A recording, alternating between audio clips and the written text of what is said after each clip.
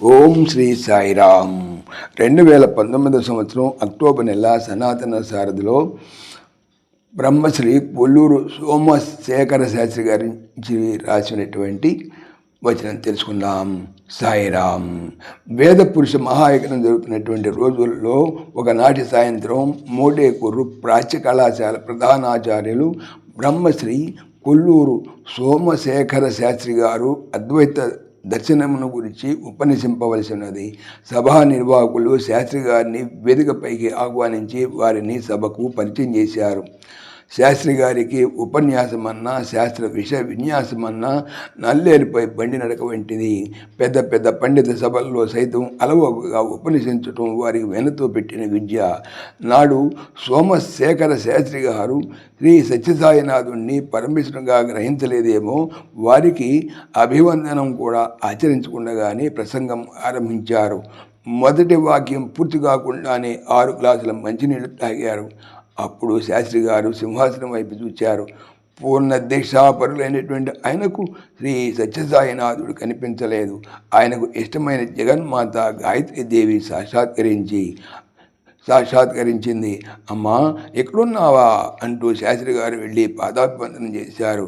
అప్పుడు సత్యసాయినాథుడు చిరునవ్వు నవ్వి విభూతి సృష్టించి గ్లాసులో నీటిలో వేసి శాస్త్రి గారిని తాగమని ఇప్పుడు మాట్లాడు అన్నారు. అప్పుడు ఇక వారి ప్రసంగం అత్యద్భుతం.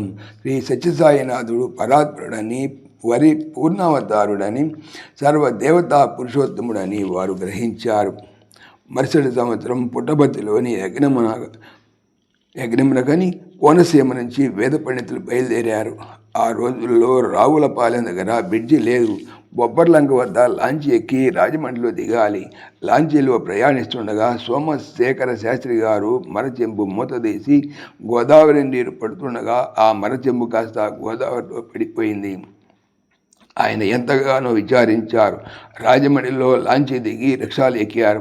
రైల్వే స్టేషన్కి చేరటానికి రిక్షాలు బయలుదేరిన తర్వాత కొంతసేపటికి తెల్లని నిక్కరు షర్టు ధరించిన ఒక తేజోవంతుడైన బాలుడు సైకిల్ తొక్కుకుంటూ వచ్చి సోమశేఖర శాస్త్రి గారు ఎవరు అని అడిగి, ఈ మరచెంబు మీదేనా అంటూ ఆ మరచెంబు ఇచ్చాడు.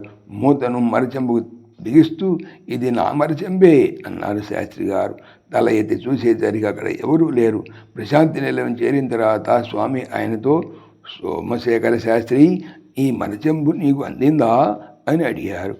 అనేక రూపాయ విష్ణవే ప్రభ విష్ణవే అన్నట్లు బాబా వారే బాలుడిగా సైకిల్గా అన్ని రూపాలు ధరించింది అని సోమశేఖర శాస్త్రి గారికి అర్థమైంది. సాయిరామ్. పవిత్రమైనటువంటి భాగవతం చెప్పేది ఏమిటి? బాగా అవుతాము అనే.